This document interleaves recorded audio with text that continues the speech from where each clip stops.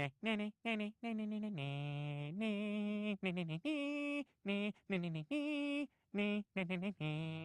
everyone, welcome back to another episode of ZZaRReFF's World. We are back, we are stronger than ever, and we are more than motivated to finish this project. I know it has been a long time since I posted a video for my single player, but you guys came through and you guys pushed me forward to work on this. And I'm very happy with you did. I'm so happy to be back here. It's amazing all your support, both here on YouTube and on Twitch. It has been amazing, and I really thank you a lot for that. With that said, we are starting this episode by making a real push on the terrain. The terrain is honestly what has been holding us back. All the ground clutter, placing all the concrete, grinding the sand and the gravel for the concrete, crafting it all takes a long time. We also have hundreds and hundreds of custom palm trees in here. All of that, it's a lot of grind. So I decided every episode from now on, I'm really going to make a big push on the terrain so I can get this through, because making the sheeps and the farms, it's the fun part, but if we don't do the terrain, I cannot push the project forward.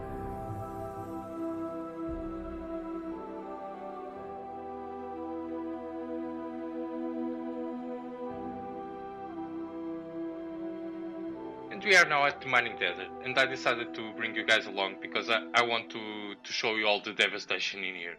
It's incredible how much sand I already used on the Scarif project. I only started mining here when we started that. This desert is not too big, but I expect it to be almost out of resources before we finish that.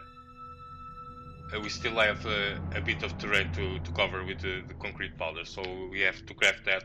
And I also want to do the fog effect, like with 3, maybe 4 layers of glass in front of the Citadel Tower. I think that will look amazing. So we also need to smelt a bunch of glass for that.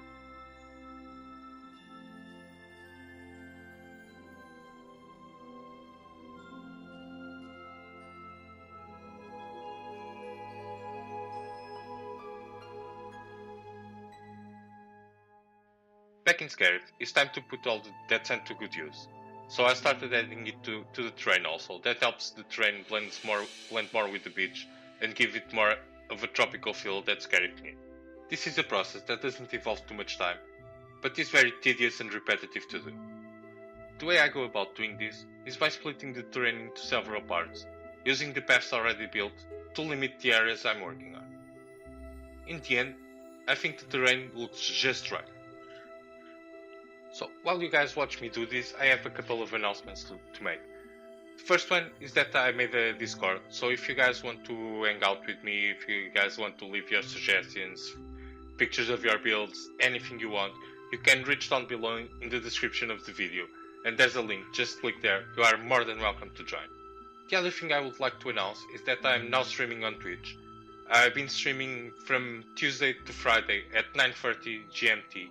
The support there has been amazing. We are working on this world, we are working on the Fantasy Islands. I'm leaving the Scarif project exclusively for videos. I might do some grinds, some stuff in here in the live streams, but all the progress is going to be put into videos. So if you guys want, there's also a link in the description for my Twitch channel. Go there, leave a follow so you guys get notified when I go live.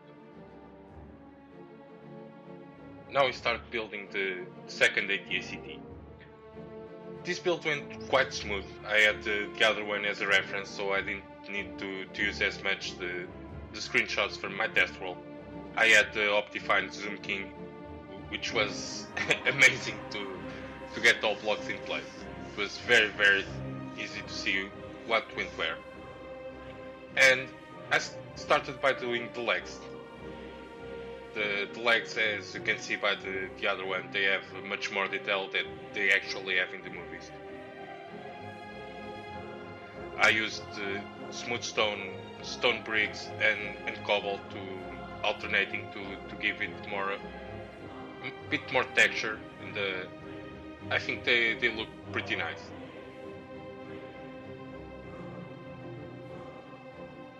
When I built the first one, I said I was going to try and make this one move. moving, and I did try in creative to make this one walking, but I failed again. I completely failed again.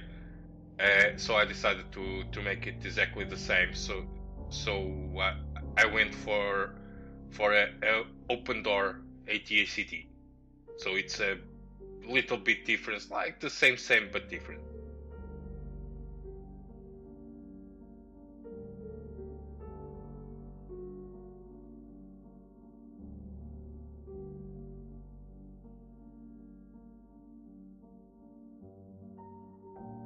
With the legs done, it was time to start the cogs and the leg supports that connect to the body of the machine. This is one of my favorite parts of the build. I like a lot how this turned out. It really looks mechanical and it looks like it could walk. I made the leg supports with stone and cobblestone. They look quite cool. I think I managed to give a decent shape to it, and the cogs look nice too.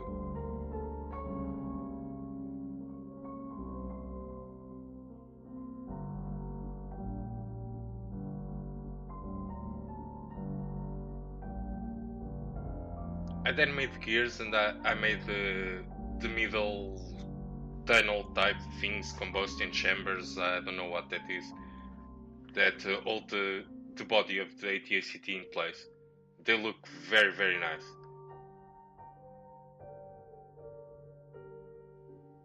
I then built the supports that are going to support the whole structure, the whole upper carriage of the ATACT. The shape is basically the shape of the other one. I didn't change anything. It's just stairs all around to give a nice smooth inclination when you look at it from the bottom. And the insides I did not work on any detail or anything. I need to do that since the doors will be open. I need to put some cargos, some cranes. I don't know what would be inside of the ATACT. Like I searched the internet, there are schemes that show how the AT-AT is inside, but the AT-AT is made for carrying troops, and this one is made for carrying cargo. It's much more taller, much more fragile, and I have no idea what would be inside of it. The cargo box was very easy to make. It's just cobble and cobble stairs. I just followed the shapes I did on the front and the back, and it went up very smoothly. I then added the detail to the tail, and I started working on the head.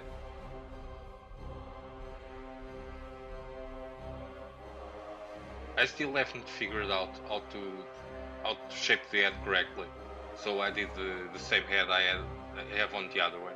I will still going to do some more testing in creative to see how I can change it to make it look better. It's a little bit hard since the ATACT doesn't have the guns and the sheen, so the sheen is quite plain, quite flat, and the egg is much longer than the ATAT. But I like a lot the neck, and I think it really looks articulated, so I need to tweak a bit the head, and we'll see how that goes. As you can see, I did the cargo doors. I did them open. When they are open, they shouldn't have that orange layer on the bottom, but the build looked much uglier without it.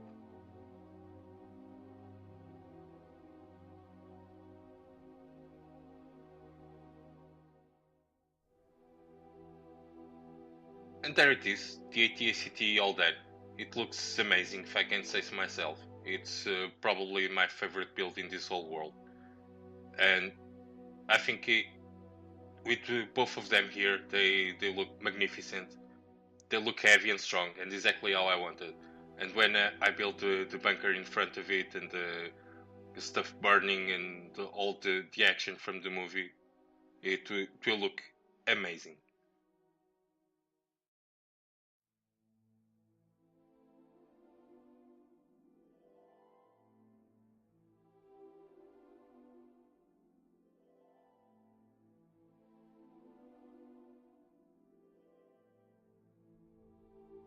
With that then, I decided to put again the sand we gathered before to good use, and continue to make a push on the terrain. we still have to fill all the back part of the Citadel Tower. So I started by making the beach and tweaking the terrain to make the beaches look better. So I placed all the sand covering all the grass and all the stone. This went quite smooth and was quite easy to make.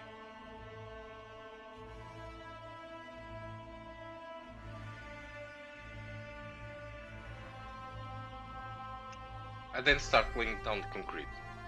I started by placing the green patches first. This way I can pillar up and see if they are randomly placed and where I should make more or where I should take some down. And then I place the brown concrete all around. The little bumps on the terrain, I make them afterwards when I'm doing the customization. This is a big part of the build, and this is where most of the resources are going to. Then I ran out of the resources, so I decided to make a harvest in our cocoa bean farm. It's pretty easy to get the brown dye this way. This farm yields about 12 stacks each time I harvest it, so it's easy to get all the cocoa beans I need.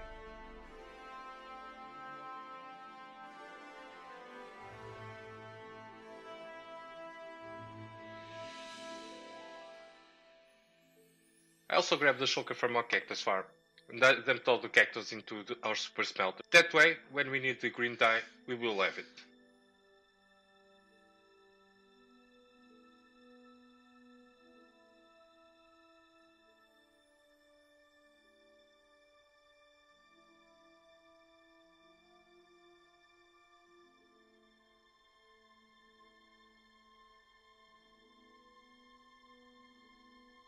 Then it was time for crafting.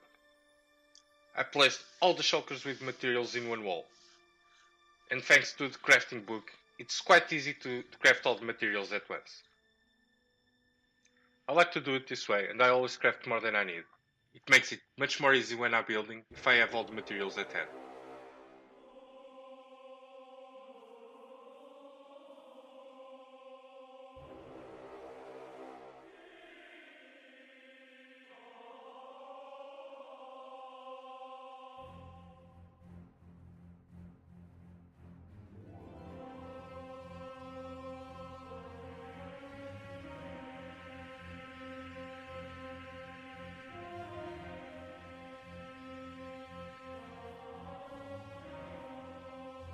And with this amazing overview of the Citadel Tower and both of the AT-ACTs, I finished filling the terrain, and I feel we did a big progress today.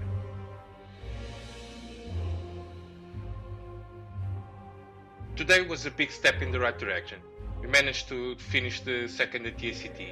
We also managed to make a bunch of progress on the terrain, which is very cool. I love how the walkers look on this side of the island. They look very heavy, very imponent. I love them.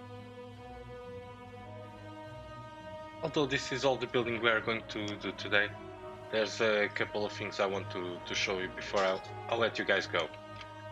First off is on this side.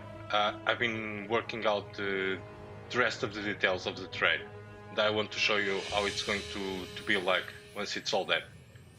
I added all these ferns and tall grass and stuff, and they look quite good. If I remember correctly, it was Scott Sheldon who made the suggestion, and it really makes the terrain come to life. It's not as bare and it looks quite tropical. I like it a lot. It looks amazing. So this is the final look for all the terrain all around Scarif. There's still a lot to do, but it's getting there, and I think now it's going to be quite fast until we get all the terrain done, so we can have fun building all the ships and all the farms and everything we want to do on the area. The second thing I want to show you is right this way, and it's the project we have been working on the live streams.